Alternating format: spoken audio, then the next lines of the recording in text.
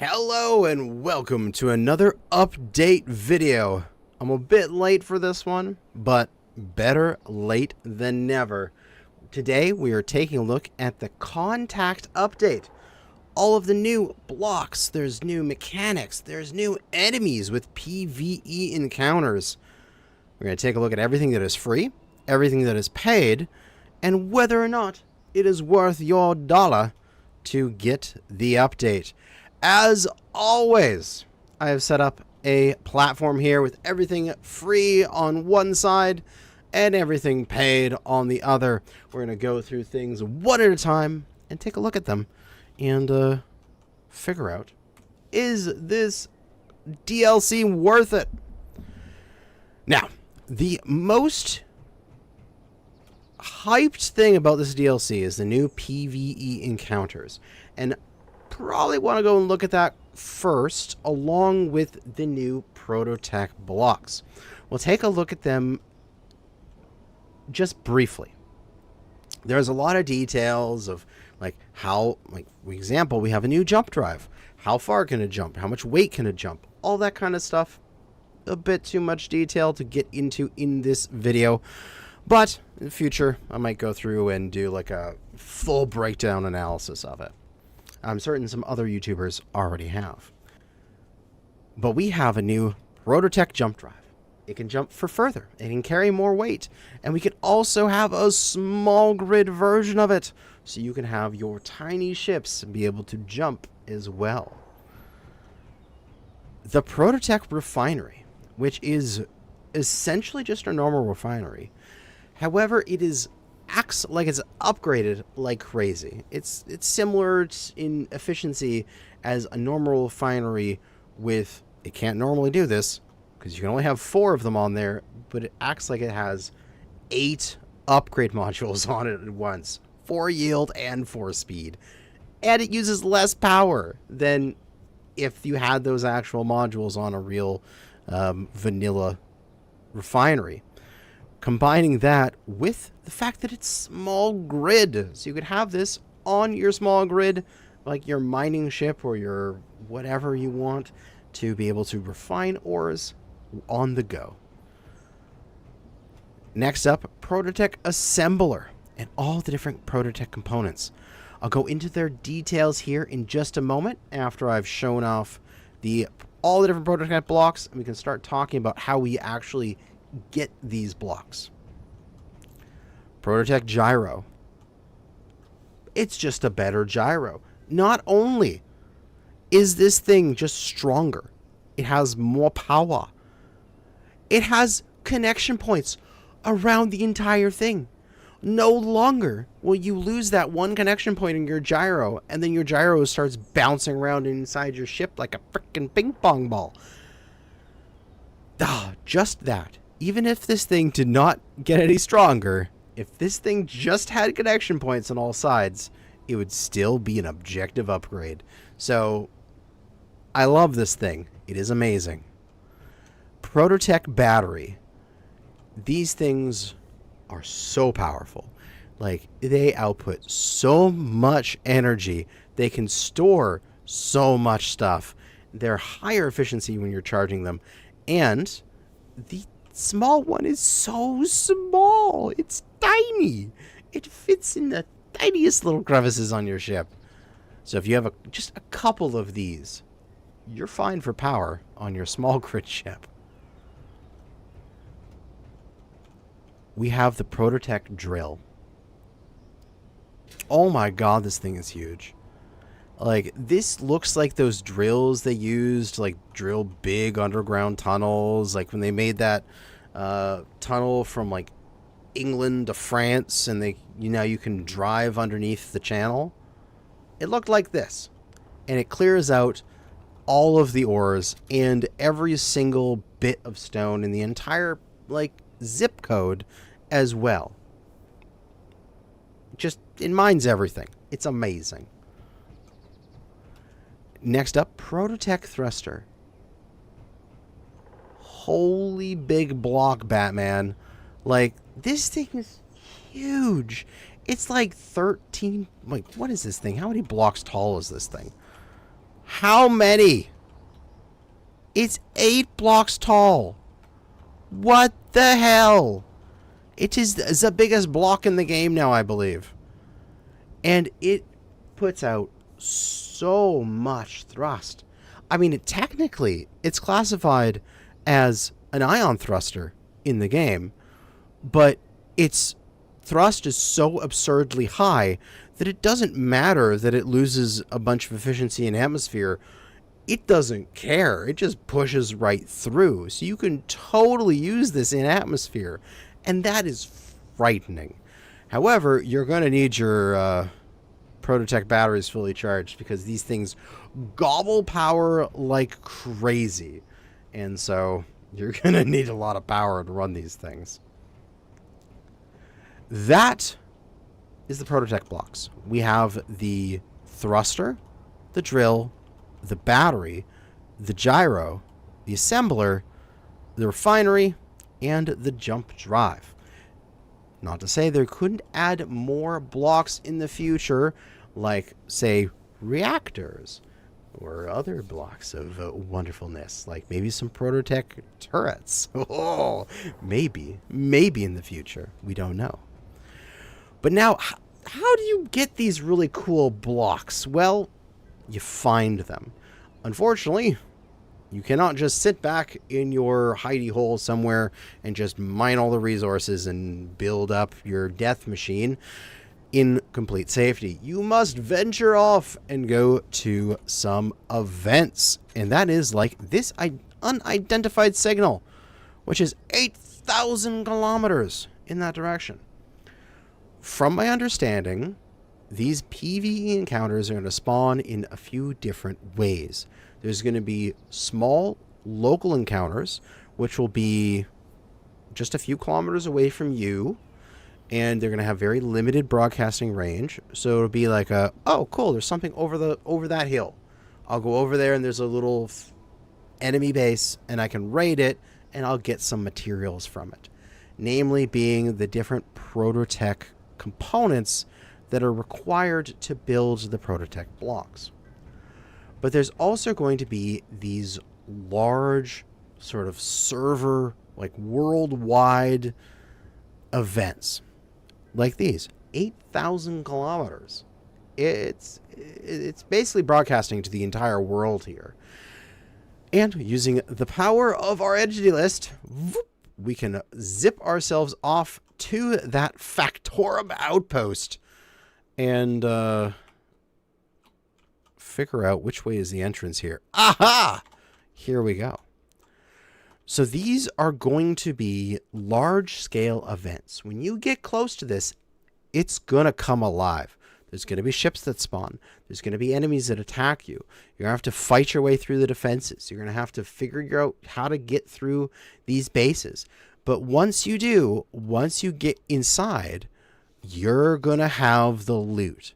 So you can see here in this one in particular, we had a Prototech thruster, small grid, and a Prototech refinery spawn. And more likely, probably somewhere around this base, there's maybe a bit more Prototech. If not, some of these cargo containers and such,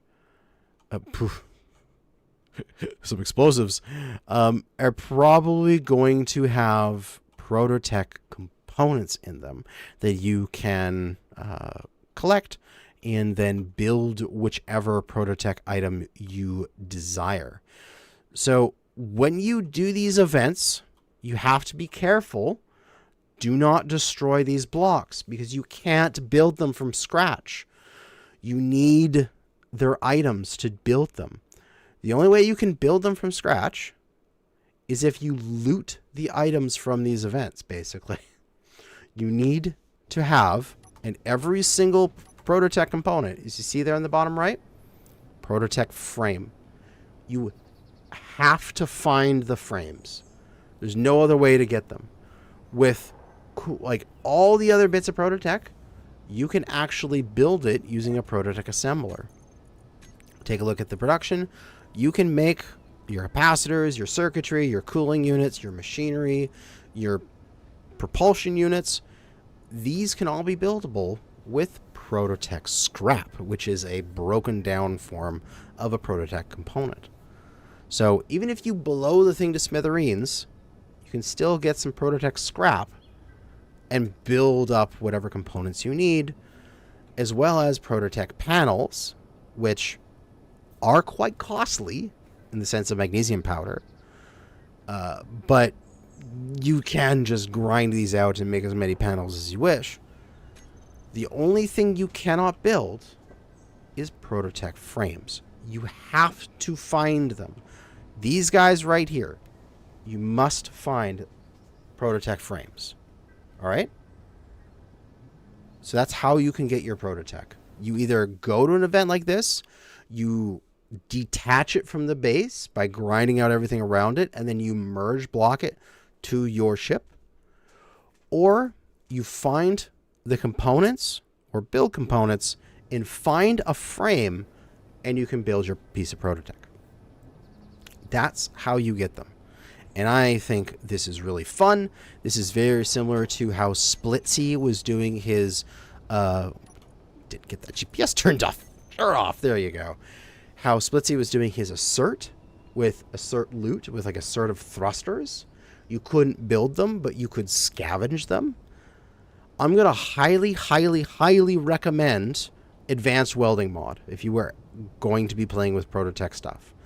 Because normal merge blocks, really freaking annoying. Advanced Welding, so much better. So that's a mod I would very highly recommend if you have not played with it before. Play with Advanced Welding, because it's going to make your life so much better when it comes to dealing with Prototech. But moving on for more free stuff, we have inset connectors. And you can see the difference here between a normal connector and an inset one. A couple cool features. The inset connector actually has a port on the side, making it a little bit easier and more flexible of where you're going to put it, compared to the normal connector, which just has it on the back, which this one also has, but it has an additional one on the side. Just the one side, not any of the other sides. The medium-sized one is identical, and the small grid small connector also has the side port, which is going to be quite helpful. Typically, if I'm going to be using these, I'm using them on a mining ship as an ejector to get rid of stone, right? I'm going to have a filter set up before a bunch of these, and they're just going to be getting rid of stone as fast as possible. It's kind of annoying sometimes to arrange my conveyors in such a way that these are pointing in a good direction so that the stone is falling free and clear of my flight path. Having this on the side will make that a little bit easier than having it just on the back, because this one has it on the back and the side. So quite nice. Nice upgrade. As well as the fact that it is sealed. You can't see the floor there. You can see the ground. You can see the grass through here. Can't see it through here. So this is airtight. You don't have to put an additional block behind this in order to make this airtight. Very nice. Next up, the flush cockpit. You can get this thing for free by going here and signing up for the newsletter. Plunk in your email address, say yes, yes, yes, and you get the block. And you don't need to stay on the newsletter. You can go and unsubscribe to it if you wish later on. You'll still keep the block. But it is a nice cockpit. We've got small connector on the front, on the sides, and on the back as it would line up for like an O2H2 generator or a survival kit sort of thing, as well as a large one on the bottom, which is awesome for doing all your various connections. And also, this thing is very, very well designed in terms of how it aligns with different blocks of armor. So, like, that works very well, and I am excited to use it to just use it as a cockpit, because I feel like it's going to go into various bits of a ship and just be able to just sink right into a ship with no issues. Excellent. Now, moving on. This is probably the thing I'm most excited about in this entire frickin' update. Is set and move. All of your movable functional blocks, your pistons, your rotors, your hinges, have a new option to, when you press a button that you've set up previously, or you call an action or something, they are going to extend or twist or rotate to a set position at a set speed.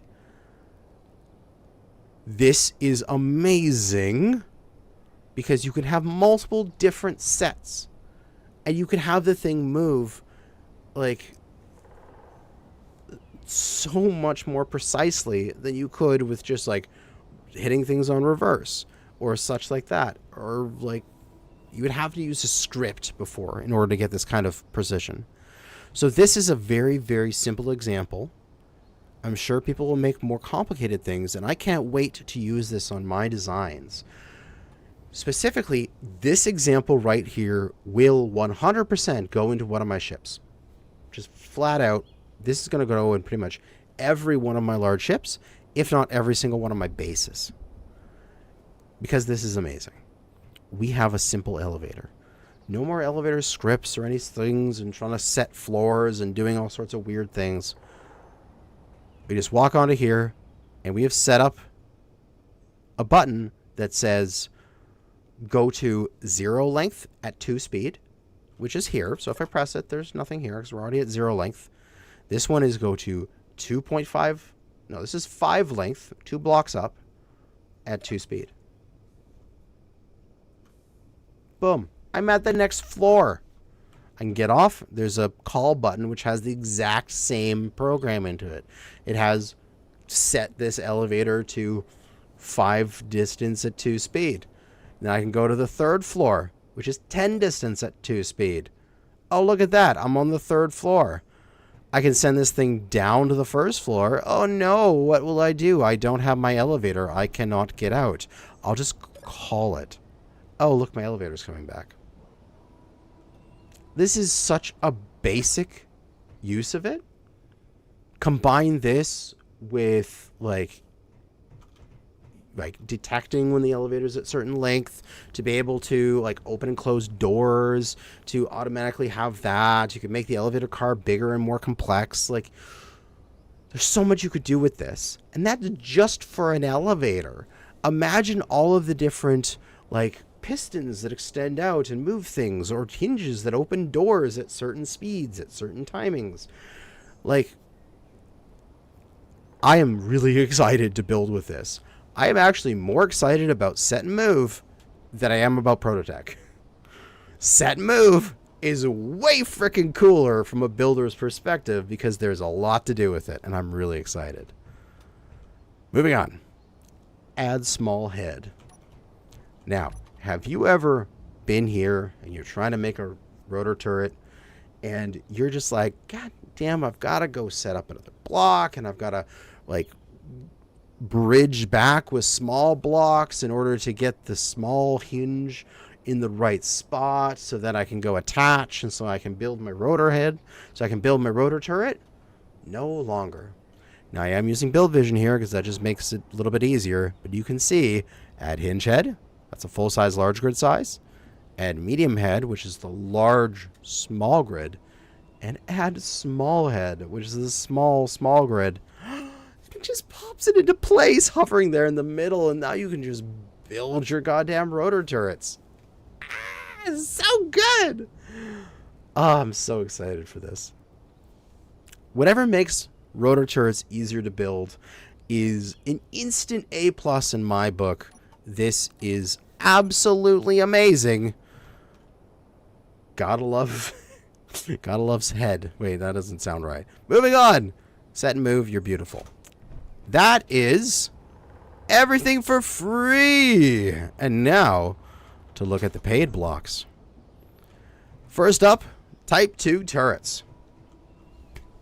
They are exactly the same as your regular Gatling and missile turrets, except they look kind of cool. And that's it. I do like the way they look. I'm a little off on the square barrel. It's not my cup of tea. I think if this still had a regular Gatling looking barrel, it would look way better. Like, it's totally Phalanx Sea-Wiz sort of styling with like a... Okay, stop spinning away from me. With a sensors pack on top and like a drum of bullets below. It looks great. But if the barrel was not this block, if it was a regular Gatling looking thing, I'd enjoy it a lot better. But that's just me. I think the missile launcher is just better. So, Type 2 turrets. Moving on. Square pistons. It's a piston, but it's square. And that's basically it. We have the regular pistons over here, as you can see. They're not really round or anything. They're kind of like weird octagons. But square is square. And also square has a lot more greeble to it. It's got all these pipes and all these like cool little things and signs and all sorts of detail to it. So much better looking piston. I will be using those for the future. Yeah, it's the same piston. It's a piston. What do you want from it? Small gates. We do know the gate. I love gates. The Frostbite gate. I love this thing. You can use it like this for a normal entrance to a base. You can use it on its side with another one to be like a hangar bay that you can then fly into. Woo, that's pretty. So I love me some gate. Oh, and I actually got rid of the sign. Oh, it's okay. You know what they are. It's just two different styles of gates. We got the vertical one, opens up this way. And we got the wide one that opens up this way. The only thing that is slightly, like, tingling my brain, OCD-ness, is the fact that these are offset. Like normal gate. It's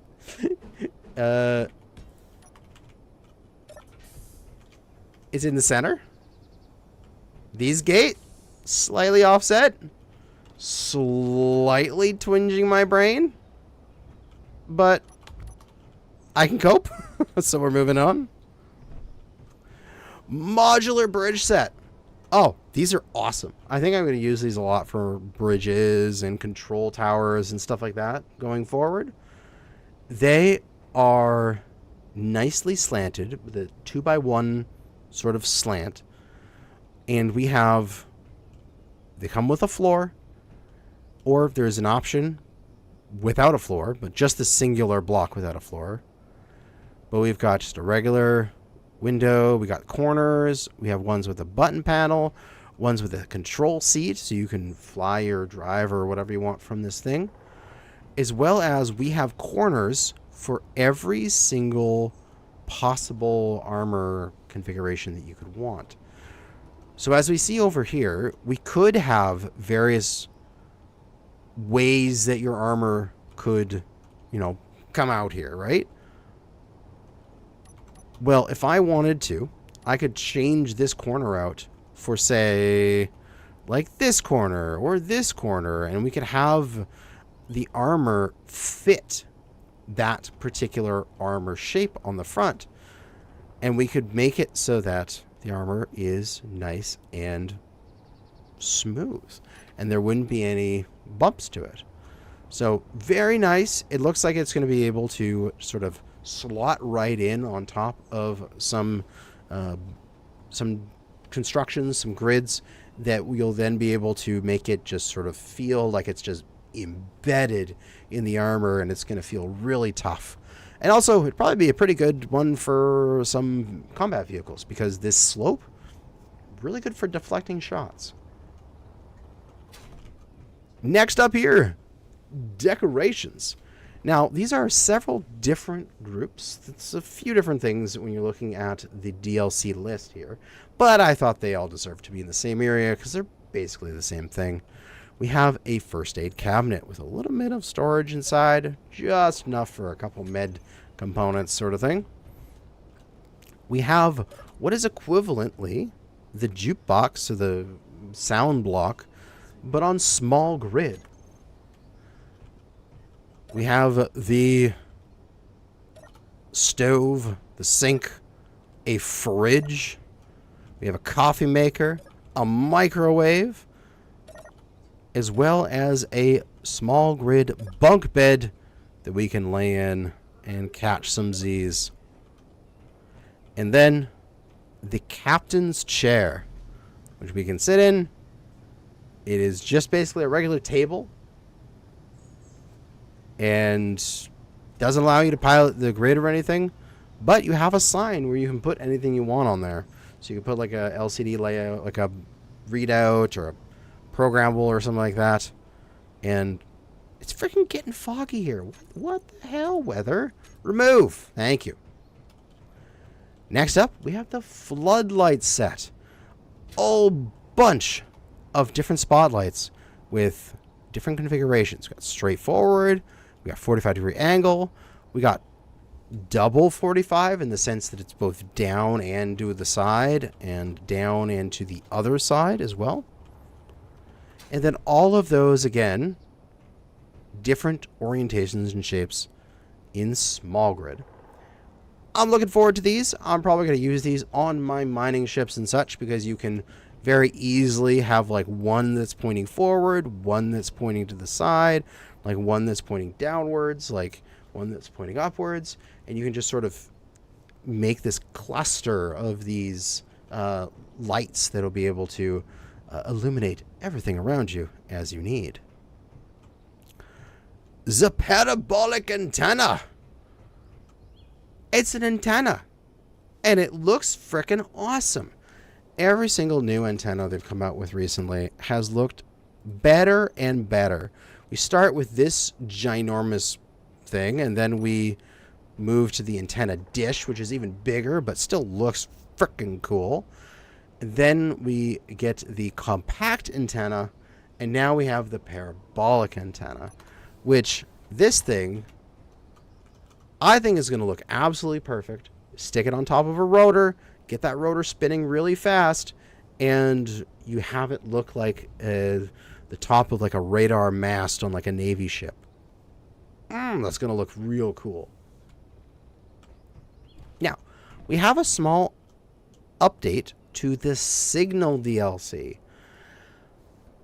I can't remember how this works. I think that if you just own the Signal DLC, you'll just get these. I can't remember if you also need to buy the contact pack. I think if you have the Signal and you buy the contact, you'll update the Signal DLC. I think. Or they just added to the Signal DLC and you don't need to get the contact pack. I don't know, whichever one it is. These are additional truss blocks and bay windows.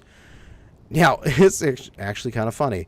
These are exactly the truss blocks that I was like in my brain going, Keen, you're missing blocks, and specifically a 90-degree turn and a way to go from offset to centered. And it looks like they were listening because this is exactly what they gave us. A 90-degree turn and a way to go from offset to centered. So, additional trusses. And then also the bay windows. Now, essentially before, the bay windows were all convex. They were all like, they would be bending outwards and then they would curl around and come back in. So you'd have these big, cool looking windows, but it was always internal corners, right? But now you have some external corners. You can turn and you can have these be concave. They can come in like this. We have it both with railings and without. We also have them as 90-degree turns or 45-degree ones. So you can build a more complex pathway of bay windows if you wish, which I think would be quite nice if you're trying to build like a raised walkway from one part of your base to another part of your base, say on Mars, and you want it to be pressurized. You could have these bay windows the entire way, snaking back and forth to be this raised walkway to get from one base to another. I think it'll look great. And now, the final thing,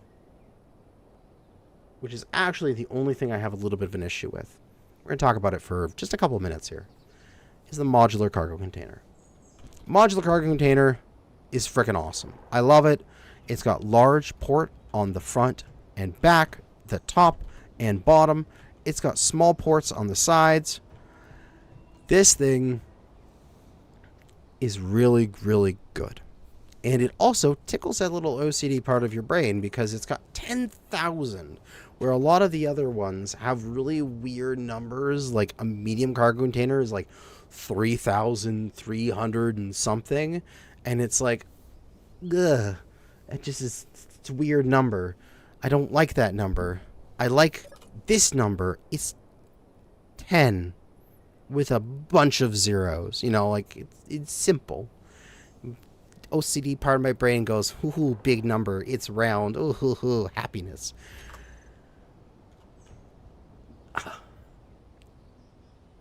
I like that this exists because I want to use it, but I don't like that it's in the paid version.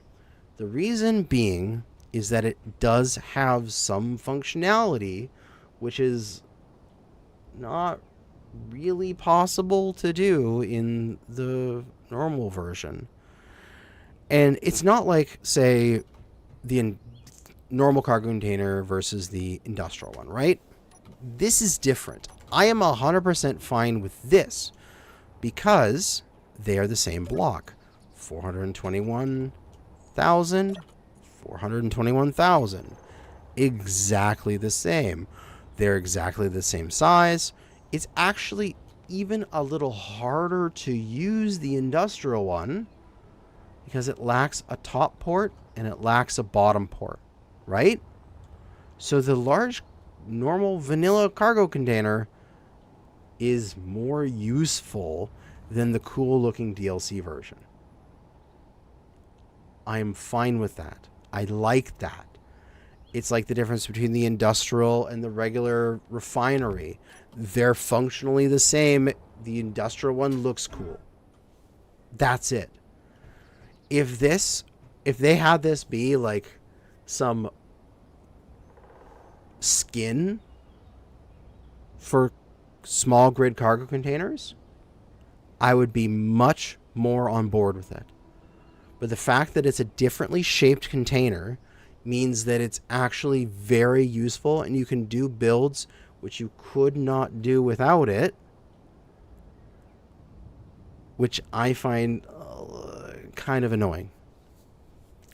Out of everything, I would like this one to go to free, everyone to have access to it, but this is very nitpicky. Like, this is not really a big thing. It's not like, oh, if you get the contact pack, it's only then can you use Prototech blocks or something like that. No, it's nothing like that. Like, if there was like even a single Prototech block that you couldn't use without buying the pack, I would be like screaming about it. But this is like mild annoyance in comparison. Just to make it clear of my position on this. I'd like to see it go free, but it's okay if it doesn't. It's just slightly annoying. I think they could make like an entire modular cargo container set and have that go free. That'd be really cool. Or if they wanted to add some additional skins to the existing cargo containers, that'd be really cool. But as it is, give me this modular cargo container for free. But yeah, that's everything. I think this pack is quite nice. The free update, the contact update, is amazing. It's going to have some really good late game combat, some really cool like salvage opportunity. I foresee there being like trading between players where you can be like, hey, give me that load of resources and I'll give you some Prototech frames. because now there's like this actual scarce resource that you cannot mine. You have to fight for it. It's almost feels kind of rusty, if you know what I mean. And I think this is awesome. The major build implications with set and move, and a bunch of really cool cosmetic blocks that will improve your designs. With my only issue being a very, very slight one with this cargo container. But that is going to be it for now. Thanks for watching, and good hunting out there, fellow space engineers.